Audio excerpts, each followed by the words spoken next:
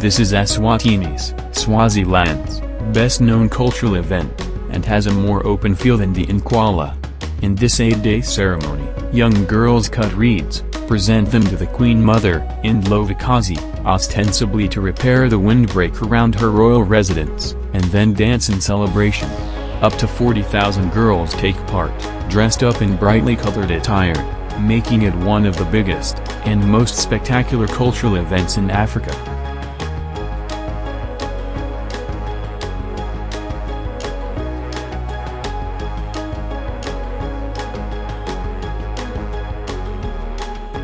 The proper festivities kick off on day 6, when dancing gets underway in the afternoon. Each group drops their reeds outside the Queen Mother's quarters, then moves to the main arena, where they dance and sing their songs. The dancing continues on day 7, when the king is present. This is the main day that most visitors attend. Each regiment dances before him in turn.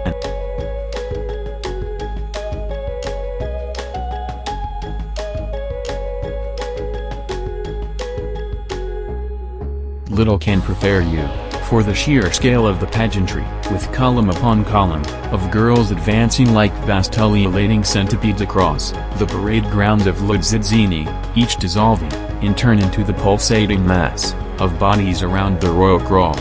Up close, it's an almost overwhelming immersion in noise and color, as the girls stamp, sing and sway in step, anklets rattling, naked flesh in dazzling costume blurring into a living, chanting kaleidoscope. The warrior escorts, adorned with cowtails and clutching knobstick and shield, are sternly intent on their duties, and seem contemptuous of tourists, but the girls are all smiles. It's Eswatini's biggest holiday, and, after days of tramping the hillsides, cutting reeds and camping out, they're determined to party.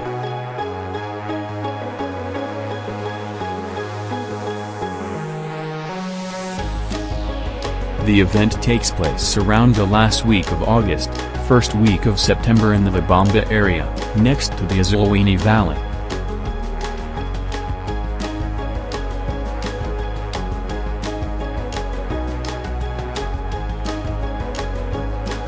Day 1. The girls gather at the Queen Mother's royal village. Today this is at Ezulwini, in Subhu's time it was at Lobamba. They come in groups, from the 200 or so chiefdoms, and are registered for security. Men, usually 4, supervise them, appointed chiefs. They sleep in the huts of relatives, in the village or in classrooms of nearby schools. This is a very exciting time for the maidens.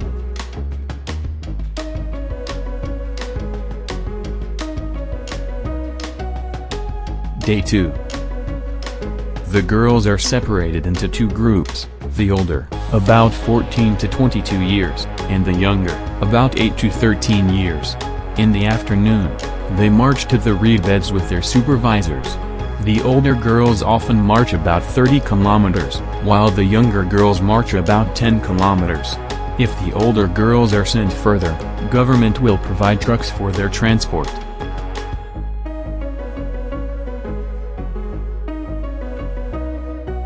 Day 3. The girls cut their reeds, usually about 10 to 20, using long knives. Each girl ties her reeds into a bundle.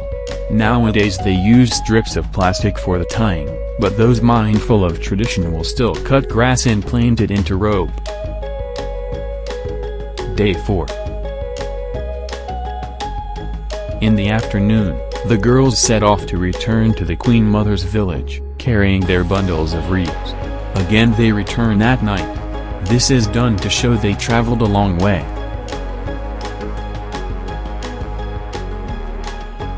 Day 5. A day of rest where the girls make final preparations to their hair and dancing costumes. After all that walking, who doesn't deserve a little pampering?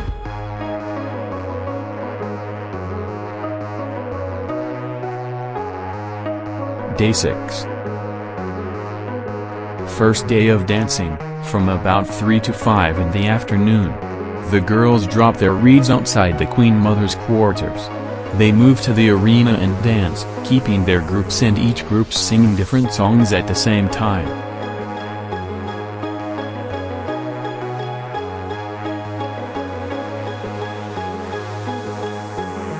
Day 7.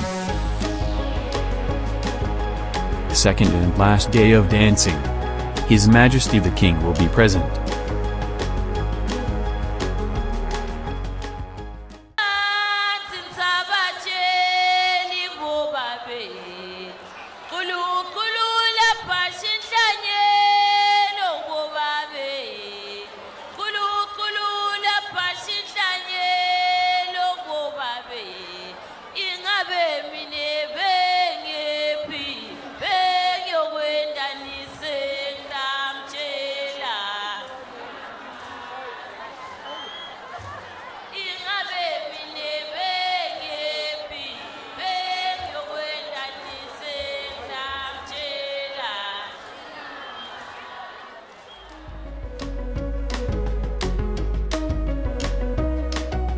Today the Umhlanga is as well attended as ever.